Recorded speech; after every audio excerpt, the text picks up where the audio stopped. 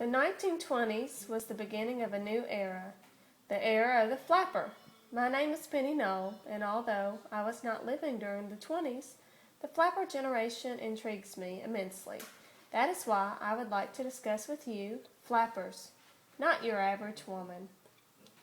Wild women who stay out all night smoking, drinking, and wearing wild clothes. These are the typical stereotypical ideas that you might come up with when you're thinking about a flapper. But the flapper woman was much more than that. I would like to give you a better idea of who the flapper was by discussing why the movement took place, who the flapper women were, and what made the flapper style unique for the time period. First, I would like to discuss why the movement took place. In the beginning, according to The Flapper by Johnson, the 1920s was a time of much change. Women had won the right to vote, birth control was being looked at, and equal rights amendments had been added to our Constitution. Women had much more freedom than they had ever had in the past.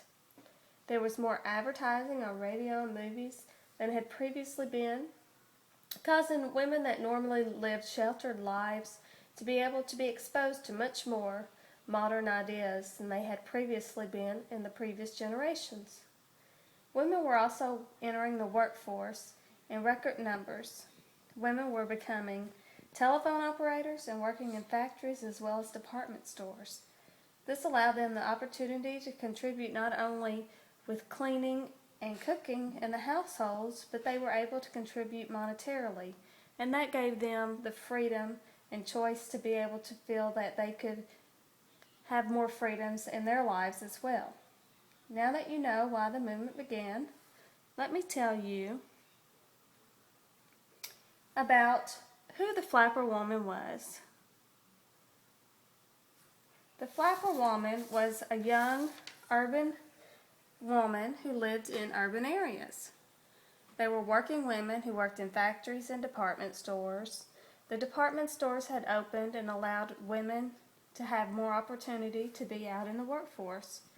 During the day, they worked like everyone else, and at night they enjoyed an active nightlife.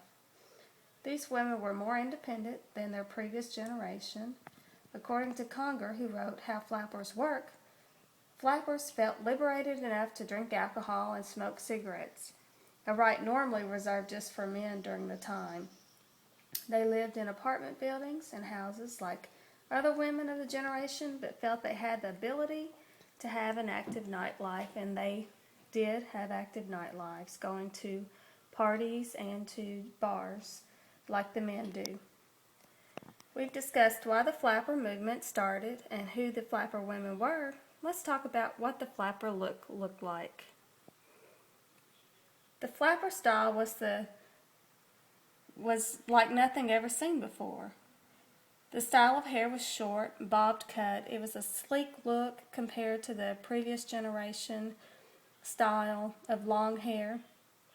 The costume history that Swartz wrote talked about hemlines being above the knee, which was never allowed before. Flappers means to let your galoshes loose, and that's just what the flappers did. They wore lots of heavy makeup and wore brightly colored lipstick.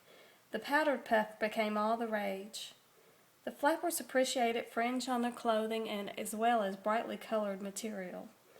The flapper women had a very unique style that was very different from anything seen before.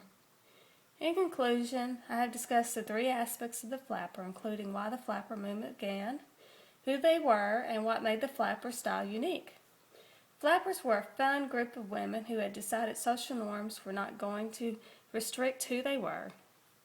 They wanted to be their own person, and I believe that they did that. Thank you for listening to my presentation.